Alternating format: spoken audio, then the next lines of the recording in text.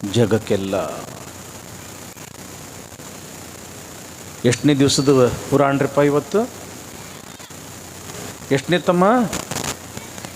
4ನೇ ದಿವಸ ನೋಡ್ರಿ. ಆ ಮಕ್ಕಳು ಸಹಿತ 8 ಲಕ್ಷ ಕೊಟ್ಟು ಕೇಳಾಕತ್ತಾರ. ಮತ್ತು ನಿನ್ನೇನು ಬಂದಿತ್ತು ತಮ್ಮ ಪುರಾಣದಾಗ?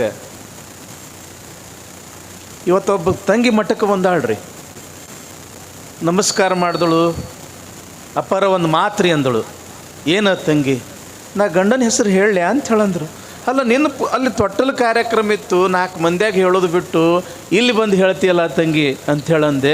ಇಲ್ರಿ ಮಂದ್ಯಾಗ ನಾಚಿಕೆ ಬಂತ್ರಿ, ಅದಕ್ಕೆ ನಿಮ್ಮ ಹತ್ರ ಹೇಳಕ್ಕೆ ಬಂದಿನಿ ಅಂದಳು. ಗಂಡನ ಹೆಸರು ಹೇಳಕ್ಕೂ ಸಹಿತ ಅಷ್ಟು ಹುರುಪ.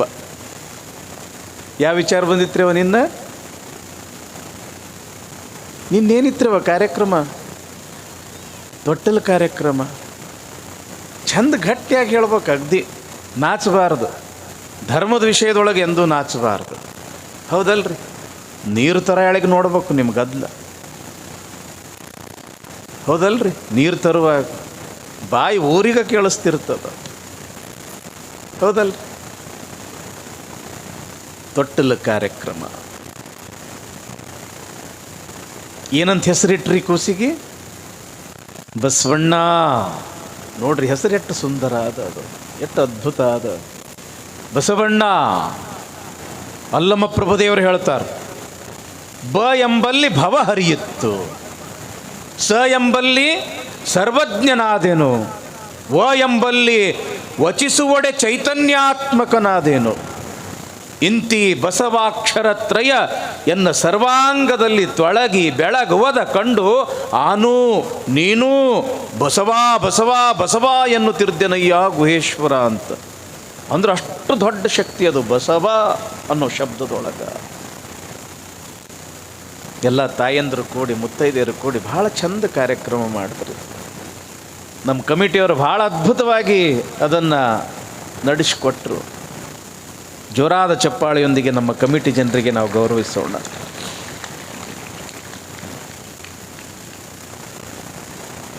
ಬಾಲಬಸವ ತಾಯಿಗೆ ಭಾಳ ಹಿಗ್ಗ. ತಾಯಿ ಹೆಸರೇನು? ಮಾದಲಾಂಬಿಕೆ. ನೀವು ಪ್ರತಿಯೊಂದು ನೆನಪಿಡ್ಬೇಕ್ರಿಪ್ಪ. ತಾವೆಲ್ಲರೂ ಏನದಿರಲ್ಲ, ಪ್ರತಿಯೊಂದು ನೆನಪಿಡಬೇಕು. ಯಾವ ಊರಾಗ ಹುಟ್ಟದ ಬಸವಣ್ಣ? ಇಂಗಳೇಶ್ವರ. ಮತ್ತು ಬಸವಣ್ಣನ ಊರು ಯಾವುದು? ಬಾಗೇವಾಡಿ.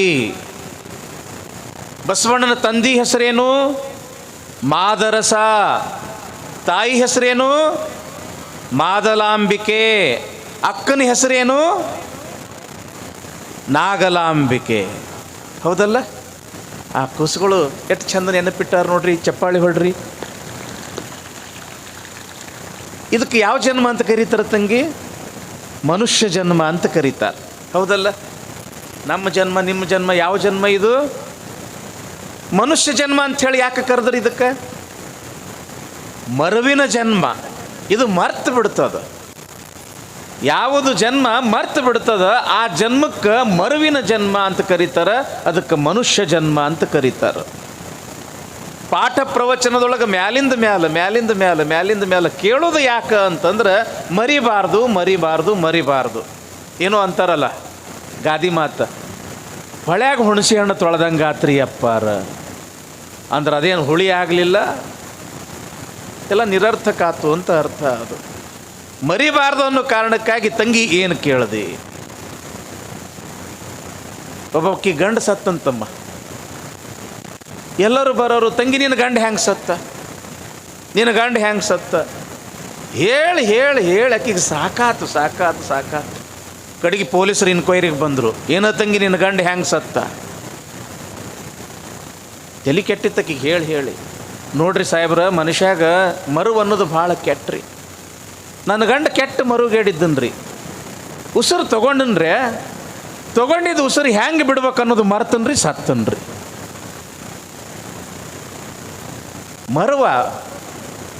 ಮರುವಾಗಬಾರ್ದು ಅನ್ನೋ ಸಲುವಾಗಿ ತಂಗಿ ಏನು ಕೇಳಿದ್ರಿ ಅಂತ ಅದಕ್ಕೆ ಸಿಂಹಾವಲೋಕನ. ಬಹಳ ಖುಷಿಯಾಗ್ಯದ ಮಾದಲಾಂಬಿಕೆಗೆ. ಮುದ್ದಾದ ಮಗ ನೋಡಿದ್ರೆ ಸಾಕು. ಆಕಾಶದೊಳಗೆ ಇರತಕ್ಕಂಥ ಚಂದ್ರನನ್ನು ನೋಡ್ದಂಗೆ ಆಗಬೇಕು. ಅಂಥ ಒಂದು ಕಾಂತಿ ಆ ಮಗುವಿನ ಮುಖದ ಮ್ಯಾಗ. ಆ ಮಗುವಿಗೆ ಸ್ನಾನ ಮಾಡಿಸೋದೇನು, ಸ್ನಾನ ಆಗಿಂದ ಮಡಿ ಬಟ್ಟೆ ತೊಡಸೋದು ಏನು, ಹಣಿ ಮ್ಯಾಲ ವಿಭೂತಿ ಹಚ್ಚಿ ಕೊಳಾಗಿರ್ತಕ್ಕಂಥ ಲಿಂಗ ಪೂಜೆ ಮಾಡಿ ನೆದರಾಗಬಾರ್ದು ಅಂತ ತಿಳ್ಕೊಂಡು ಒಂದಿಟ್ಟು ಕಾಡ್ಗಿ ಹಚ್ಚಿ ತೊಟ್ಟಲದಾಗ ಹಾಕಿ ಆನಂದದಿಂದ ತೂಗುತ್ತಳ ಜೋಗುಳು ಪದ ಹಾಡ್ತಾಳ. ಏನದು ಲಾಲಿಜೋ ಕಂದ ಲಾಲಿಜೋ ಬಾಲಚಂದ್ರ ಜೋ ಜೋ ಲೀಲಾನಂದ ಜೋ ಜೋ ಬಸವರಾಜ ಜೋ ಜೋ ಲಾಲಿಜೋ ಕಂದ ಲಾಲಿಜೋ. ಹಿಂಗೆ ಆ ತಾಯಿ ಜೋಗಳ ಪದ ಹಾಡ್ತಾ ಇದ್ರೆ ತೊಟ್ಟಲ್ದಾಗಿಂದ ಕೂಸು ಯಾಕೆ ಅವ್ರ ಅಪ್ಪ ಸಹಿತ ಮಕ್ಕೋಬೇಕು. ಹೌದಲ್ಲ? ಹಾಡ್ತೀರನಿಲ್ರಿ ಅವ? ಎಷ್ಟು ಚಂದ ಹಾಡೋರು ನಮ್ಮ ಹಿಪ್ಪರಿಗೆ ಜನ. ನಿನ್ನ ಆ ಅವುಗಳು ಎಷ್ಟು ಚಂದ ಹಾಡಕತ್ತಿದ್ರು ಜೋಗಳ ಪದ. ಏನು ಶ್ರೀಶೈಲ ಇಲ್ಲಿ ಬಂದು ಇಳಿದೈತೇನೋ ಅನ್ನುವಂಗ. ಇವೆಲ್ಲ ಉಳಿಬೇಕ್ರಿವಾ. ಈ ಜೋಗುಳ ಪದ, ಕುಟ್ಟು ಪದ, ಬೀಸು ಪದ, ಹಂತಿ ಪದ ಏನ್ರಿಪ್ಪ, ಇವೆಲ್ಲವೂ ಕೂಡ ಉಳಿಬೇಕು. ಇವನ್ನೆಲ್ಲ ನಮ್ಮ ಸಂಸ್ಕಾರ, ಇವೆಲ್ಲ ನಮ್ಮ ಸಂಸ್ಕೃತಿ. ಇವು ಬರೀ ಕೈಯಾಗಿ ಒಂದು ಮೊಬೈಲ್ ಒಂದು ಸಿಕ್ಕದ, ಅದು ತಿಕ್ಕುದ ಆ ತಿಕ್ಕುದ ನಡಬರಕ ಎಲ್ಲ ತೊಳ್ಕೊಂಡು ಹೋಗ್ಬಿಟ್ಟಾವ. ತಾಯಿ ಎನ್ನುವ ವಸ್ತು ಎಷ್ಟು ದೊಡ್ಡದು. ಮಗುವನ್ನ ಕಂಡ್ರೆ ಆ ತಾಯಿಗೆ ಎಷ್ಟು ಪ್ರೀತಿ. ಹಾಡ್ತಿದ್ರೆ ನಿಲ್ಲಿವ ತಂಗಿ ನೀವೆಲ್ಲ ಸಣ್ಣವರಿದ್ದಾಗ.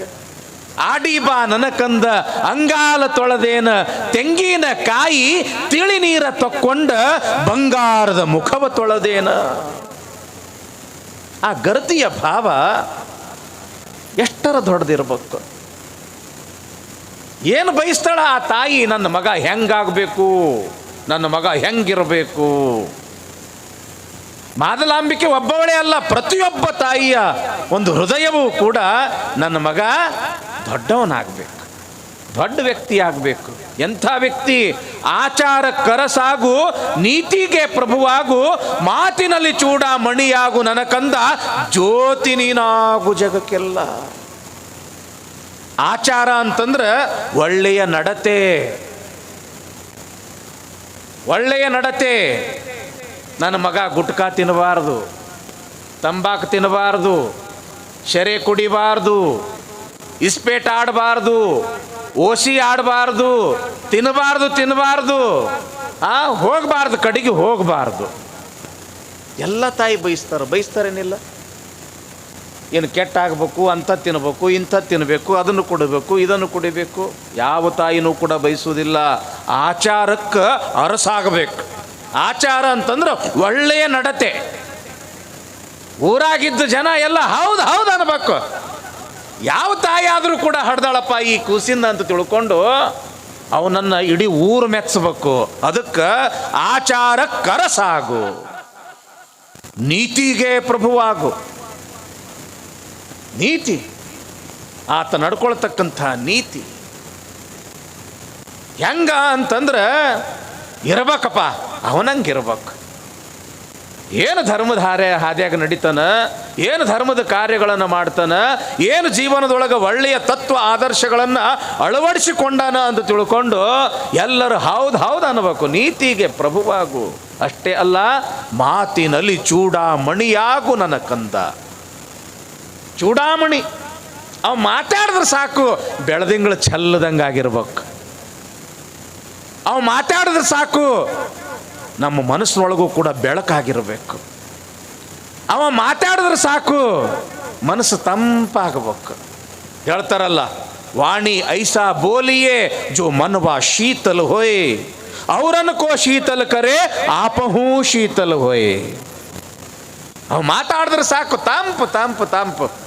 ತಲೆ ಎಷ್ಟ ಬಿಸಿ ಆಗಿದ್ರು ಕೂಡ ಆ ಮಾತು ಕೇಳಿದ್ರ ಬಳಕ ಸಾಕು ತಲೆ ತಂಪಾಗಬೇಕು. ಹೆಂಗೆ ನಮ್ಮ ಅಭಿನವ ಶಿವಲಿಂಗ ಸ್ವಾಮಿಗಳು ನಿನ್ನ ಬರೇ ಒಂದು 10 ನಿಮಿಷ ಮಾತಾಡಿದ್ರು ಹೆಂಗಾತು ಅಂತಂದ್ರೆ ಬೆಳದಿಂಗಳು ಚೆಲ್ಲದಂಗಾತು ನೋಡ್ರಿ. ಮಾತಿನಲ್ಲಿ ಚೂಡಾಮಣಿಯಾಗು ನನ್ನ ಕಂದ, ಜ್ಯೋತಿ ನೀನಾಗು ಜಗಕ್ಕೆಲ್ಲ. ಜ್ಯೋತಿ ಅಂತಂದ್ರೆ ಬೆಳಕ. ಕತ್ತಲಿಯೊಳಗೆ ಏನು ಕಾಣುವುದಿಲ್ಲ ನಮಗೆ, ಕಾಣುವುದು ಬೆಳಕಿನೊಳಗ. ಬೆಳಕಿದ್ದಿದ್ದಿಲ್ಲ ಅಂತಂದ್ರೆ ಮುಗಿದು ಹೋತು. ಬರೀ ಕತ್ತಲೆ, ಏನು ಕಾಣಕ್ಕೆ ಏನು ಮಾಡಕ್ಕೆ ಸಾಧ್ಯನೇ ಇಲ್ಲ. ಪ್ರತಿಯೊಂದು ತಾಯಿನೂ ಕೂಡ ನನ್ನ ಮಗ ಹಿಂಗಾಗಲಿ ಹಿಂಗಾಗಲಿ ಹಿಂಗಾಗಲಿ ಅಂತ ಬಯಸ್ತಾಳೆ. ಅದಕ್ಕೆ ತಾಯಿ ಅನ್ನೋ ವಸ್ತು ಬಹಳ ದೊಡ್ಡದು. ಇವತ್ತು ನಾನು ಪುರಾಣಕ್ಕೆ ಬಂದಿರತಕ್ಕಂಥ ತಮ್ಮೆಲ್ಲರನ್ನು ನಾನು ನೋಡಾಕತ್ತೀನಿ. ಬಹಳಷ್ಟು ಜನ 40-50 ವಯಸ್ಸಿನಕ್ಕಿಂತ ಹೆಚ್ಚ ಅದಿರಿ. ಯುವಕರು ಭಾಳ ಆದರೂ ಒಂದು 20-30% ಅದಿರಿ. ಆದರೂ ಬಸವ ಪುರಾಣ ಹೆಚ್ಚಿಗೆ ಯುವಕರೇ ಕೇಳಬೇಕು. ಅವನ ತತ್ವ, ಅವನ ಆದರ್ಶ, ಅವನ ವ್ಯಕ್ತಿತ್ವ, ಅವನು ಮಾಡಿರ್ತಕ್ಕಂಥ ಕ್ರಾಂತಿ, 12ನೇ ಶತಮಾನದೊಳಗೆ ಬಸವಣ್ಣ ಮಾಡಿರ್ತಕ್ಕಂಥ ಕ್ರಾಂತಿ ಎಷ್ಟು ದೊಡ್ಡದು ಅಂತಂದ್ರೆ ಅವ ಆಗಿ ಹೋಗಿ 900 ವರ್ಷ ಆತು. ಇಂದಿಗೂ ಕೂಡ ನಾವಲ್ಲ ಇವತ್ತು ಏನದು ಸೂರ್ಯ ಮುಳುಗದ ಸಾಮ್ರಾಜ್ಯ ಲಂಡನ್, ಇವತ್ತು ಥೇಮ್ಸ್ ನದಿಯ ದಂಡಿಯೊಳಗೆ ವಿಶ್ವಗುರು ಬಸವಣ್ಣನವರ ಮೂರ್ತಿ ಪ್ರತಿಷ್ಠಾಪನೆ ಆಗ್ತದ ಅಂತಂದ್ರೆ ಬಸವಣ್ಣ ಕೇವಲ ಭಾರತಕ್ಕಷ್ಟೇ ಅಲ್ಲ, ಇಡೀ ದೇಶಕ್ಕೆ ಬೇಕಾಗಿದ್ದಾನ. ದೇಶ ಎಲ್ಲ ಬಸವಣ್ಣನನ್ನು ನೆನೆಸಕತ್ತದ ಅಂದ ಬಳಿಕ ಅಂಥ ಬಸವಣ್ಣನ ಕ್ರಾಂತಿ ಅಂಥದ್ದು ಅನ್ನೋದನ್ನು ಮುಖ್ಯವಾಗಿ ಯುವಕರು ತಿಳ್ಕೋಬೇಕಾಗ್ಯದ.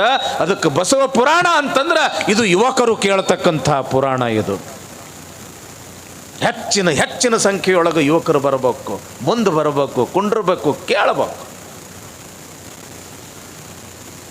ಬಸವ ಪುರಾಣ ಅಂತಂದ್ರೆ ಬಸವಣ್ಣನವರ ಚರಿತ್ರೆಯ ಜೊತೆಗೆ ಒಂದಿಷ್ಟು ಲೌಕಿಕದ ವಿಚಾರಗಳು ಕೂಡ ಬರ್ತಾವ. ಇಲ್ಲಿ ನೋಡ್ರಿ, ತಾಯಿಯ ವಿಚಾರ ಬರ್ತದ. ಒಂದು ಮಾತು ಬಹಳ ಲಕ್ಷ್ಯ ಕೊಟ್ಟು ಕೇಳ್ರಿಪ್ಪ. ಇಲ್ಲಿ ಏನು ಯುವಕರದಿರಿ ತಮ್ಮ, ಸಣ್ಣವರಿಂದ ದೊಡ್ಡವರು ಬಹಳ ಲಕ್ಷ್ಯ ಕೊಟ್ಟು ಕೇಳ್ರಿ. ನಮ್ಮ ಜನ ಪಾಪ ಕಳ್ಕೊಳ್ಬೇಕು, ಪುಣ್ಯ ಸಂಪಾದನೆ ಮಾಡ್ಕೊಳ್ಬೇಕು ಅಂತ ತಿಳ್ಕೊಂಡು ಎಲ್ಲೆಲ್ಲಿ ಹೋಗ್ತಾರೆ ಹೇಳ್ರಿ? ಕಾಶಿಗೆ ಹೋಗ್ತಾರೆ, ರಾಮೇಶ್ವರಕ್ಕೆ ಹೋಗ್ತಾರೆ, ಶ್ರೀಶೈಲಕ್ಕೆ ಹೋಗ್ತಾರೆ, ಅಲ್ಲಿ ಇರ್ತಕ್ಕಂಥ ಗಂಗಾ ನದಿಯಾಗ ಮುಳುಗಿ ಬರ್ತಾರೆ. ಮಣ್ಣು ಮುಗಿತಲ್ಲ ತ್ರಿವೇಣಿ ಸಂಗಮ ಪ್ರಯಾಗರಾಜ್, ಅಲ್ಲಿನೂ ಕೂಡ ಹೋಗಿ ಮುಳುಗಿ ಬರ್ತಾರೆ. ಶ್ರೀಶೈಲಕ್ಕೆ ಹೋದ್ರೆ ಪಾತಾಳ ಗಂಗೆಯೊಳಗೂ ಕೂಡ ಮುಳುಗಿ ಬರ್ತಾರೆ. ಕಾರಣ ಏನು? ಪುಣ್ಯಕ್ಷೇತ್ರದೊಳಗೆ ಮುಳುಗಿ ಬಂದ್ವಿ ಅಂತಂದ್ರೆ ನಮ್ಮ ಪಾಪ ಎಲ್ಲ ಪರಿಹಾರ ಆಗ್ತದ ಅಂತ.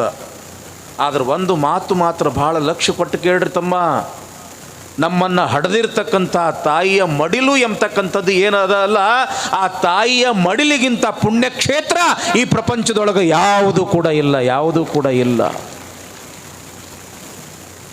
ಸಾಕ್ಷಾತ್ ಬ್ರಹ್ಮ ವಿಷ್ಣು ಮಹೇಶ್ವರರು ಮೊದಲು ಮಾಡಿ ಆ ತಾಯಿಯ ಮಡಿಲಲ್ಲೇ ಅವರು ಆಡಿರ್ತಕ್ಕಂಥದ್ದು, ಆ ತಾಯಿಯ ಮಡಿಲಲ್ಲೇ ಅವರು ಬೆಳೆದಿರ್ತಕ್ಕಂಥದ್ದು. ಹೀಗಾಗಿ ತಾಯಿ ಅನ್ನೋ ವಸ್ತು ಬಹಳ ದೊಡ್ಡದು ತಮ್ಮ. ವೇದಗಳ ಕಾಲ ಸಾವಿರಾರು ವರ್ಷಗಳ ಹಿಂದೆ ಆ ವೇದಗಳನ್ನು ಬರೆದಿರ್ತಕ್ಕಂಥ ಋಷಿ ಮಹರ್ಷಿಗಳು ನಮಗೆ ದೇವರ ಪರಿಚಯ ಮಾಡಿಕೊಡ್ತಾರೆ. ದೇವರ ಪರಿಚಯ ಯಾವ ದೇವರು ಗೊತ್ತದ ಏನು? ಗುಡಿ ಗುಂಡಾರ ಮಠ ಮಂದಿರದಲ್ಲಿ ಇರ್ತಕ್ಕಂಥ ದೇವರ ಪರಿಚಯ ಮಾಡಲಿಲ್ಲ ಅವರು.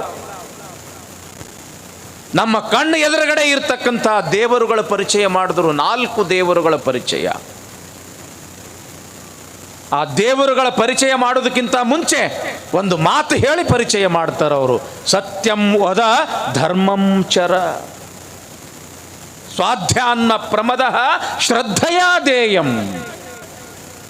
ಸತ್ಯಂ ವದ ತಮ್ಮ, ಎಂಥದೇ ಕಷ್ಟ ಬಂದರೂ ಕೂಡ ಅಸತ್ಯ ಮಾತಾಡಕ್ಕೆ ಹೋಗಬೇಡ, ಸತ್ಯವನ್ನೇ ಮಾತನಾಡು. ಯಾಕೆ? ನೀ ಸತ್ಯವನ್ನೇ ಮಾತಾಡ್ದಿ ಅಂತಂದ್ರೆ ನೀ ಹರಿಶ್ಚಂದ್ರನಂಗ 1000 ವರ್ಷ ಆದರೂ ಕೂಡ ನೀ ಜೀವಂತ ಇರುತ್ತಿ. ಸತ್ಯವನ್ನೇ ಮಾತನಾಡು. ಸತ್ಯಂ ವದ. ಎರಡನೇ ಮಾತು ಧರ್ಮಂ ಚರ. ಎಂಥದೇ ಕಷ್ಟ ಬರಲಿ, ಎಂಥದೇ ನಷ್ಟ ಬರಲಿ, ಧರ್ಮದ ಹಾದಿ ಎಂದು ಬಿಡಬೇಡ, ಅಧರ್ಮದ ದಾರಿ ಎಂದು ಹಿಡಿಬೇಡ. ಯಾಕ? ಧರ್ಮದ ಹಾದಿ ನಿನಗ ಕಷ್ಟ ಅನಿಸಿದ್ರು ಸಹಿತ ಮುಂದೆ ಸುಖ ಸಿಗ್ತದ. ಅಧರ್ಮದ ಹಾದಿ ಈಗ ನಿನಗೆ ಸುಖ ಅನಿಸಿದ್ರ ಮುಂದೆ ಬಹಳ ಕಷ್ಟ ಕೊಡ್ತದ ತಮ್ಮ. ಅದಕ್ಕೆ ಧರ್ಮಂಚರ, ಧರ್ಮದ ಹಾದಿಯೊಳಗ ನಡಿ. ಮತ್ತೆ ಹೇಳ್ತಾರ ಸ್ವಾಧ್ಯಾತ್ಮ ಪ್ರಮದ. ಯಾವುದು ಅಪೂರ್ವವಾಗಿರ್ತಕ್ಕಂಥ ಜ್ಞಾನ ಅದ. ನಿನ್ನ ಬದುಕನ್ನು ಉದ್ಧಾರ ಮಾಡಲಿಕ್ಕೆ ಯಾವ ಒಂದು 4 ಒಳ್ಳೆಯ ಮಾತುಗಳು ನಿನಗೆ ಸಿಗ್ತಾವ, ಆ ಮಾತು ಕೇಳಾಕ ನೀ ಎಂದು ಕೂಡ ಮರೆಯಾಕ ಹೋಗಬೇಡ. ಅಂಥ ಜ್ಞಾನವನ್ನು ನೀನು ಸಂಪಾದನೆ ಮಾಡ್ಕೋ. ಸ್ವಾಧ್ಯಾತ್ಮ ಪ್ರಮದ ಶ್ರದ್ಧೆಯಾದೇಯಂ. ಒಳ್ಳೆಯ ಮಾತುಗಳನ್ನು ಕೇಳಿ ನಿನ್ನ ಒಳಗೆ ಇಟ್ಕೋ. ಅಷ್ಟೇ ಅಲ್ಲದೆ ಶ್ರದ್ಧೆಯಿಂದ ಕೊಡು. ನೀ ರೂಪಾಯಿನ ಕೊಡು, 4 ರೂಪಾಯಿನ ಕೊಡು, 10 ರೂಪಾಯಿನ ಕೊಡು. ಬೈಕೋತ ಕೊಡಕ್ಕೆ ಹೋಗಬೇಡ, ಮನಸ್ಸಿನಾಗ ನೊಂದ್ಕೋತ ಕೊಡಕ್ಕೆ ಹೋಗಬೇಡ. ಶ್ರದ್ಧೆಯಿಂದ ಕೊಡು, ಪ್ರೀತಿಯಿಂದ ಕೊಡು. ಹಿಂಗೆ 4 ಮಾತು ಹೇಳಿ 4 ದೇವರ ಪರಿಚಯ ಮಾಡ್ತಾರೆ ಅವರು. 4 ದೇವರು. ಯಾವ ದೇವರು? ಗುಡಿಗುಂಡಾರದಾಗಿರ್ತಕ್ಕಂಥ ದೇವರಲ್ಲ.